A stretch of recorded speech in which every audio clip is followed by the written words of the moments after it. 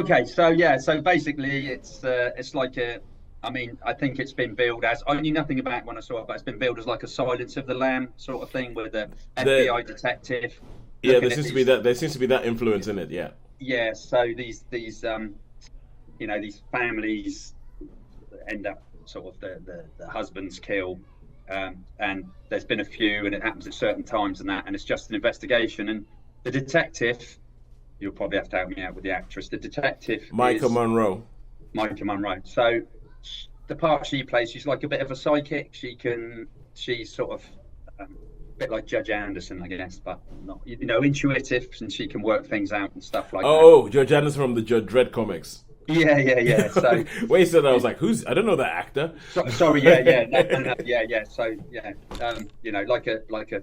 So she's got this intuition that, and so it's basically an investigation, and Yep. there's other police involved, and they say, "Oh, what's your feelings? What, blah blah blah." And she does a lot of things. She does a lot of research. She's very very focused on her job, Yep. um, and she plays a great part. She really really does play a terrific part, in the fact that I don't know. She just plays a really really. She convinced me that she was very very not timid's not the word, but almost Asperger's or something, something Okay. along Yeah. Yeah. those Yeah. lines. Somewhere on the spectrum. Yeah. Not very sociable, not very good with people. Um, and I'm not going to give any spoilers because I know you want to see it. So Yeah. anyway, she investigates and she finds out more and more things and what have you. So that's Yeah. basically the story. Yeah, a lot of the stuff that I've heard is that it's kind of like it's a serial killer thing, and they're trying to figure out whether is there supernatural element to this, or is there isn't, or anything Yeah, like that. And it's no secret that Nicolas Cage is in this film. That yeah. Nicolas Nicolas Cage, Cage is in this film. yeah, Yeah, Nicolas Cage is in this film, and he plays the titular character. But they've kept him back from all of the publicity. Like they haven't been doing interviews with him or anything like that, because apparently when you see him, it's quite a revelation. So, right. leaving spoilers out and everything like that, what did you think of this? Okay, so first of all, I think it. I mean, I don't know, but I think it must have been shot a lot of it in that natural light. Like the Revenant was, Yeah, because yeah, yeah, yeah. I got the feeling that it was. I don't know. It was quite strange lighting technique, for me anyway. But I don't know if that was the case. Yep. Um, and so yeah, the things that I thought about this Cage, yeah, I mean, he was obviously enjoying himself in this movie. Let's just say he was. You could see he was probably having a lot of fun. He's not in it a huge amount, Yep. but when he is, it's quite effective. Um,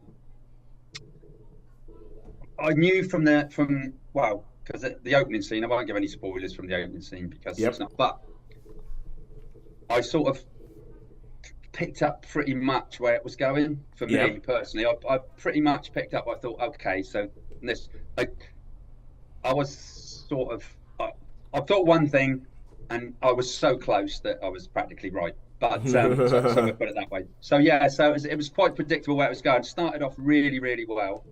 Um, Very atmospheric. Great acting, I have to say. Really, really top Yeah, acting. Michael Monroe is really good.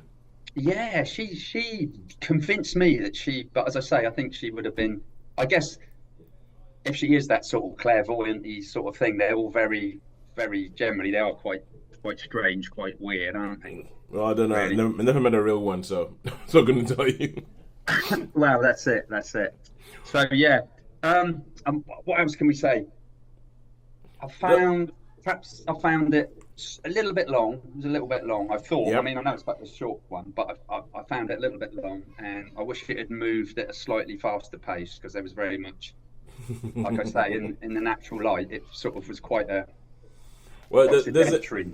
does it look like when you talk about lateral light? Does it look like it's almost a bit gritty the way it's shot? It's not like a It's, glossy it's not Hollywood like it's thing. not like grainy. It's not like grainy or anything. It's just a dark light. Like I don't know if you wake up on an overcast day, and you're like, oh, that's Oh, yeah, yeah, yeah. very very bleak and dismal. It was very very dismal. It wasn't very washed out. Wasn't a lot of color really. I don't know why, but when you said that, I immediately associated that with films filmed in Vancouver.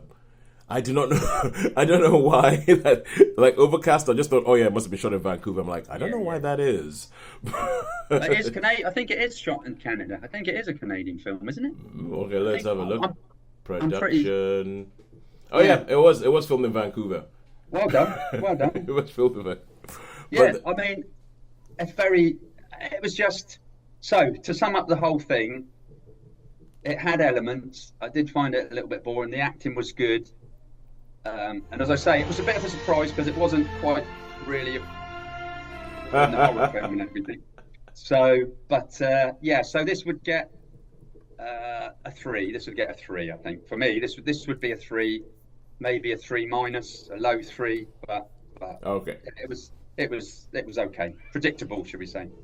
3 stars for Longlegs. The victim of us watching way too many films.